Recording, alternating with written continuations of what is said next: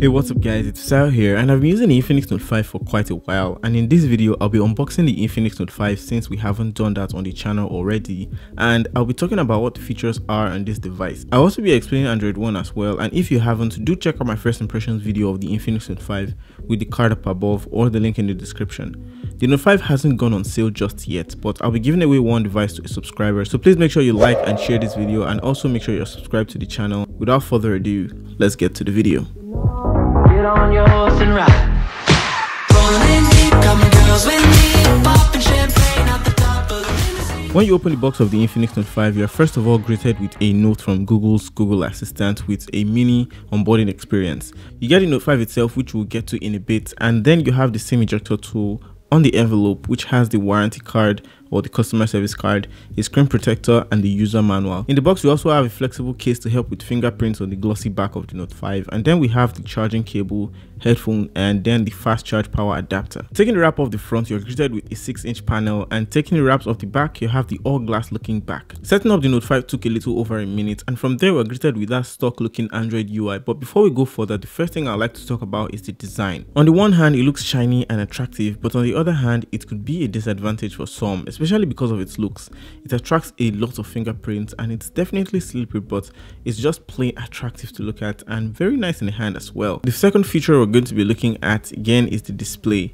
Apart from the rounded edge corners of the Infinix Note 5 display, which kind of pays homage to the design of the Camon X and the Camon X Pro, here on the Note 5 we have a 6-inch 2160 by 1080p display, which plays back 1080p video very well, and the picture quality is definitely commendable. It's definitely a big upgrade from devices like the Infinix Note 4 Pro and even the Camon X. The next feature I'll be looking at is Android One. This is probably one of the main reasons people are buying the Infinix Note 5, and if that's you, I completely understand. In my first impressions video of the Infinix Note 5, I highlighted some of the major features of Android One, and you can check it out with the link in the description. So what is Android One?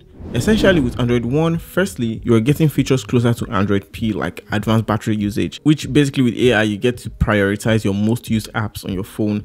It saves you battery by lowering performance in some way while it's not in use. You also get Google Assistant and unlimited high quality picture storage on Google Photos.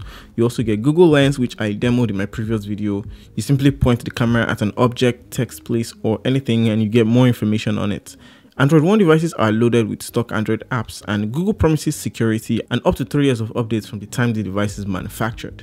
The Note 5 has a 16 megapixel low-light front camera and a 12 megapixel f2.0 back camera, which takes some sharp photos. The pictures are moderately saturated, and the color accuracy is also very good. As far as the front camera, I think the bokeh mode on the Note 5 is okay, and with the right light and subject, I think it will perform well. Low-light photo, on the other hand, isn't too flattering and isn't too noisy as well, and it's compensated for by the megapixel size and the low-light capability of that selfie camera. Do let me know your thoughts about these pictures in the comment section down below. As far as specifications, the first thing I'll talk about with regards to it are the better options you're getting here. It's a mid-range phone with a 3 plus 32GB RAM and storage option and a 4 plus 64GB RAM and storage option respectively. We have an octa-core MediaTek Helio P23 processor clocked at 2GHz and a Mali G71 graphics card.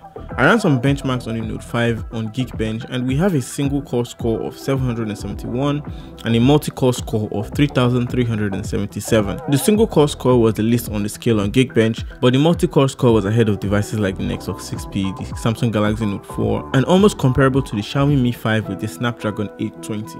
I also did an Antutu graphics test and pushed 3D graphics to a certain extent, and it scored 84,215, which is generally in the 23 percentile, but if you look at the memory, it's in the 49th percentile. And as far as this goes, gaming on the Note 5 won't be a problem. The Note 5 comes with a fast charger, and the battery life has been great so far. At 53%, I still had 4 days of standby time left, which I think is actually very good.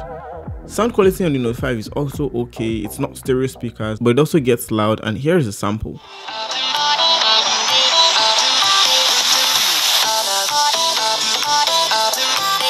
So I've said a lot about the features, but Note 5 also doesn't have some things that Infinix has been adding on their previous devices so far.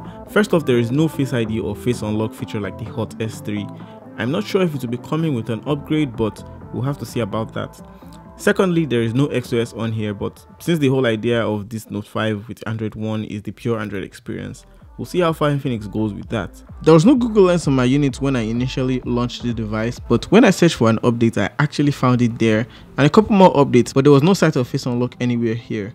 I'll keep you updated about this update on Twitter as well. And last but not least, the price of the phone has been updated and it is 61,300 Naira, which is approximately $173.